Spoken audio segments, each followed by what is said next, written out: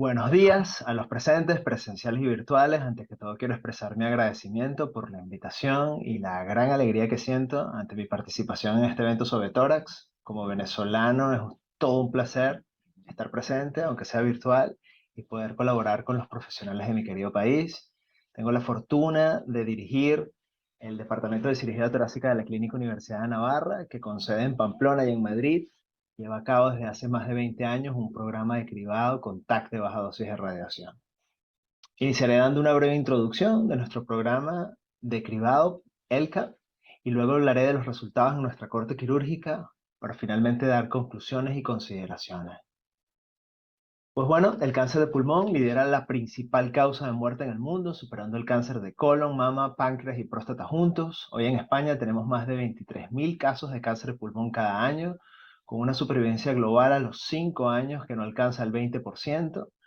Y nos preguntamos, ¿cómo puede existir una diferencia tan significativa con el resto de tumores? Y bueno, este cuadro describe la respuesta. El cáncer de pulmón, por su naturaleza silente y asintomática, se diagnostica solo en un 16% antes de su diseminación.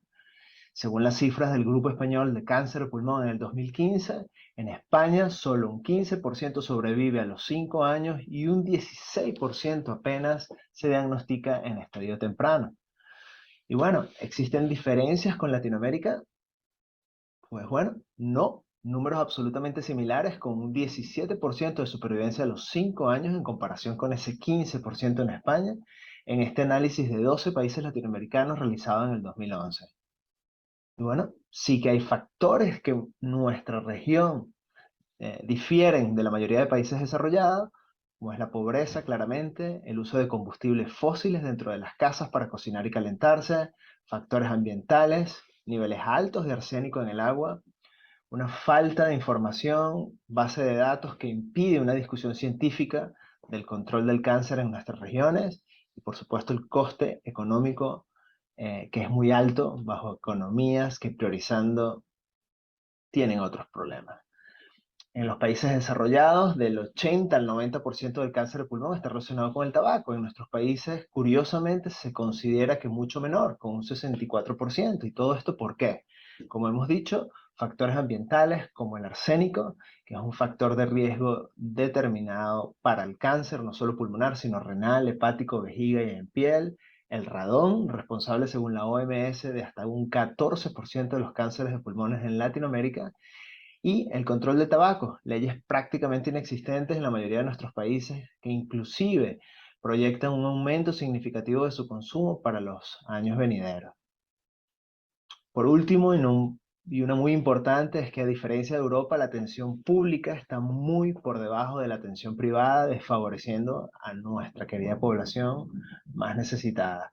Algunos programas gubernamentales favorecen con programas de cribado de altos costos, inclusive para otros cánceres, pero no así para el cáncer de pulmón. Pero bueno, ¿cómo podemos disminuir el número de casos y el número de muertes debidos al cáncer de pulmón? En primer lugar, la prevención. Esta debe centrarse en la concienciación del problema en la población y en el abandono del hábito tabáquico. Asimismo, ¿cómo podemos superar la supervivencia cuando sabemos que la misma está directamente relacionada con el estadiaje al momento del diagnóstico?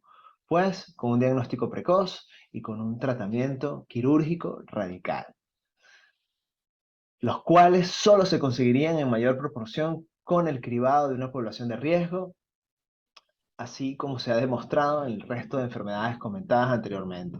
El mejor indicador de la eficacia de una técnica de cribado no es solo la supervivencia, sino la reducción de su mortalidad. Pues bueno, así es como empieza la historia en España, en la Clínica Universidad de Navarra. En los años 90, un grupo liderado por Claudia Heschke inicia estudios de cribado en pacientes de alto riesgo y bautizado como el Early Lung Cancer Action Project, en el año 99 publican en el Lancet sus primeros resultados. Una muestra de 1.000 pacientes de alto riesgo sometidos a un TAC de baja dosis, se detectaron 27 cánceres de pulmón que representaban un 85% en estadio 1. Muchísima controversia, en su mayoría negacionista, creció alrededor de este estudio, donde solo algunos pocos aceptaban la idea de que el cribado pudiese convertirse en una herramienta eficaz. Pero bueno, sin embargo, a partir de allí comienza la historia vinculada con nuestra institución, El doctor Javier Zulueta, observando este póster presentado por Claudia Heschke, asume que los resultados apuntaban a una herramienta eficaz y así decide, como director del Departamento de Neumología, formar parte del Consorcio Internacional y Multicéntrico de ELCAP, enfocados en el enfisema, el EPOC, el uso del PET como herramienta diagnóstica y el estudio molecular, convirtiéndonos así en el único centro de cribado en España y de los primeros en Europa. Esto es un estudio de corte, no aleatorio, donde se hace un TAC de baja dosis de radiación, primero un estudio basal y luego uno de seguimiento anual, y es un protocolo flexible, cosa muy interesante, a diferencia del resto de protocolos en estudios aleatorizados, el LCAP ha sido un protocolo vivo, abierto, en continua evolución, que es actualizado cada poco tiempo, bajo reuniones anuales, en donde gracias a los datos obtenidos del análisis se realizan diferentes cambios a través de los años, ¿no? Esto ha permitido alcanzar los resultados que, unificando a 48 centros en 9 países, en el 2006, con casi 32.000 pacientes, se publican en el New England sus resultados.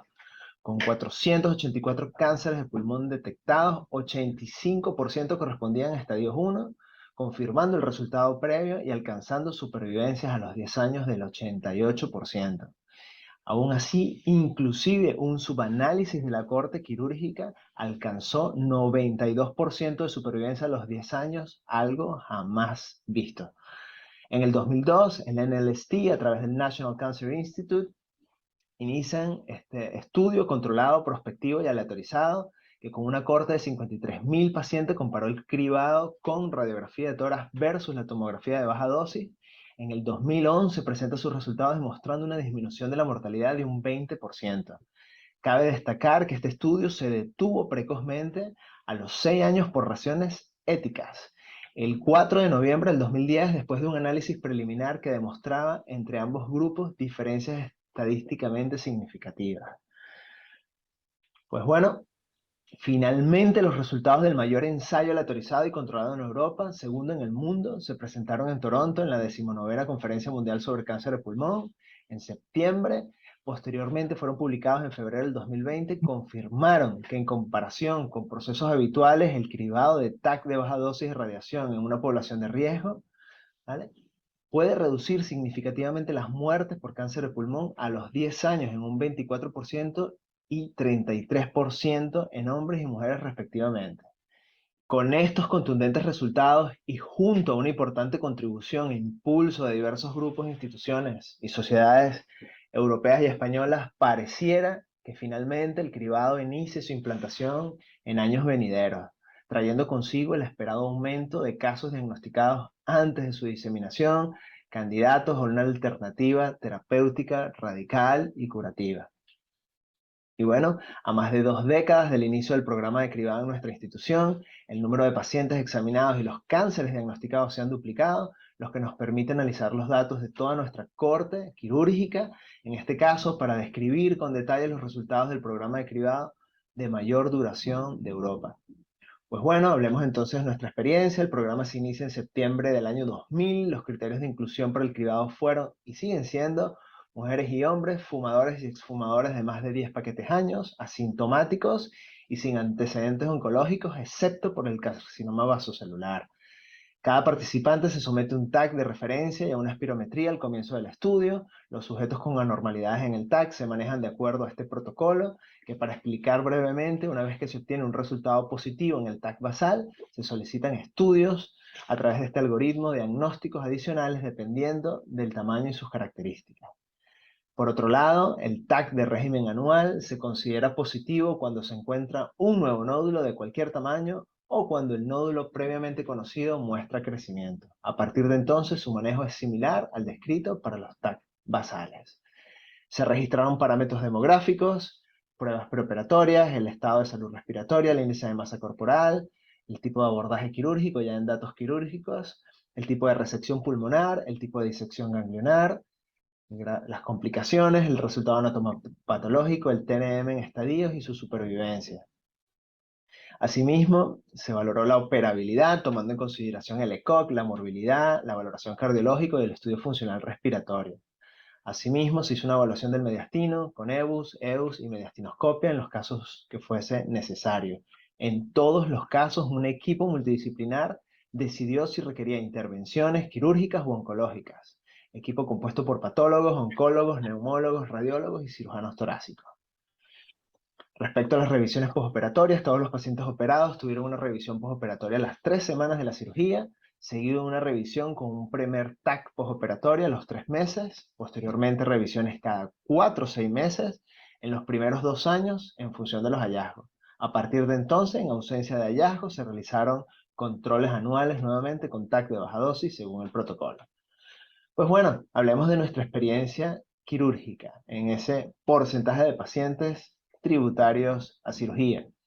Bueno, en este análisis descriptivo podemos ver que entre septiembre del 2000 y diciembre del 2019 participaron 3.825 sujetos, fueron diagnosticados 97 cánceres de pulmón, representando un 2.5%, se realizaron 87 cirugías diagnóstico-terapéuticas y 20% fueron pacientes que por etapas avanzadas o por diagnóstico de carcinoma pulmonar de célula pequeña o paciente, uno de ellos que no cumplía con condiciones de operabilidad al momento del diagnóstico, no fueron operados. Todos ellos fueron remitidos a quimio radioterapia con SBRT.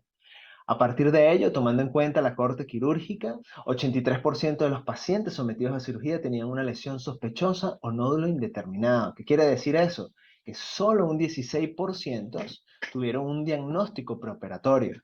Estos realizados por punción con aguja fina, guiada por TAC, broncoscopia, EBUS o EOS. Falsos positivos. Tuvimos un porcentaje de un 9,2% con 8 pacientes intervenidos que obtuvieron un resultado de benignidad después de la cirugía. Sus diagnósticos fueron la fibrosis pulmonar, un ganglio linfático intrapulmonar y 3 pacientes con hemangioma esclerosante. En todos ellos, en todos los falsos positivos, se realizó una resección atípica o en cuña con diagnóstico intraoperatorio y en ninguno de ellos se dieron, por suerte, complicaciones posoperatorias.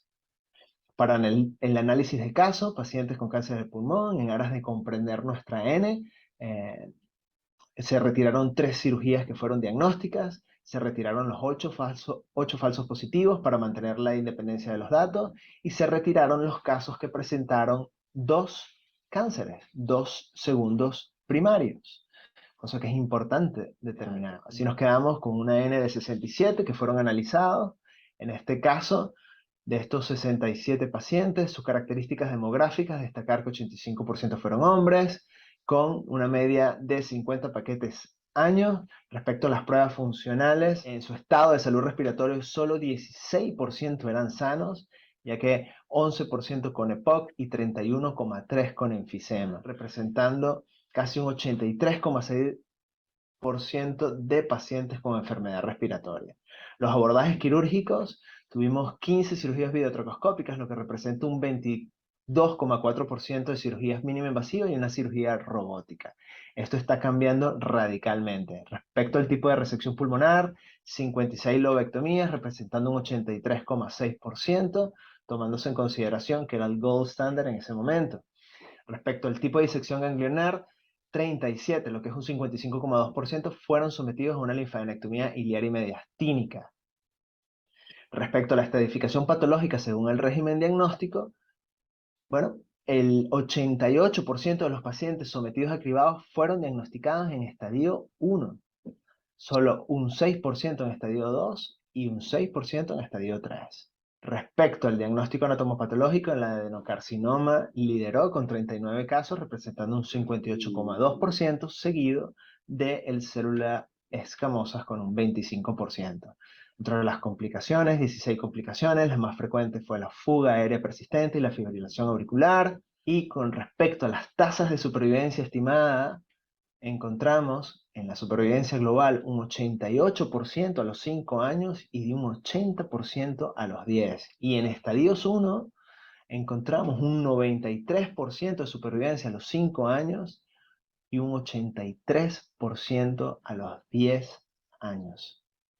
Recibimos este año el premio de mejor artículo científico en cirugía torácica por estos excelentes resultados y lejos de ser un reconocimiento a nuestro estudio. Sobre todo valoramos y agradecemos el reconocimiento al valor del cribado en nuestro país, que aún está por implantarse, ¿no? Bueno, hablemos de algunas consideraciones diagnósticas y terapéuticas, en el corto tiempo que me queda.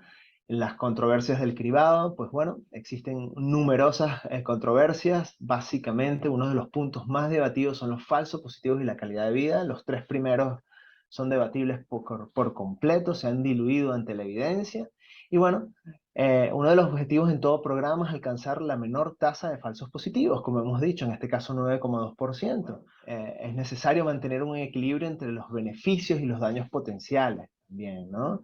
Por ello, la posibilidad de curar o salvar una vida frente a la posibilidad de someterse a un riesgo es algo importante para tomar en consideración, y sobre todo la posibilidad de no afectar la calidad de vida de estos pacientes. También en este contexto es importante comentar que la naturaleza del cribado, capaz de detectar enfermedad en estadios precoces, con el hallazgo de pequeños nódulos sospechosos, es un desafío diagnóstico, ¿no? En que es realmente la confirmación histológica mediante una biopsia guiada por TAC o técnicas endoscópicas, que pueden ser técnicamente difícil, a veces no realizable, por lo que la prueba que generalmente confirmará el diagnóstico será la biopsia obtenida en quirófano.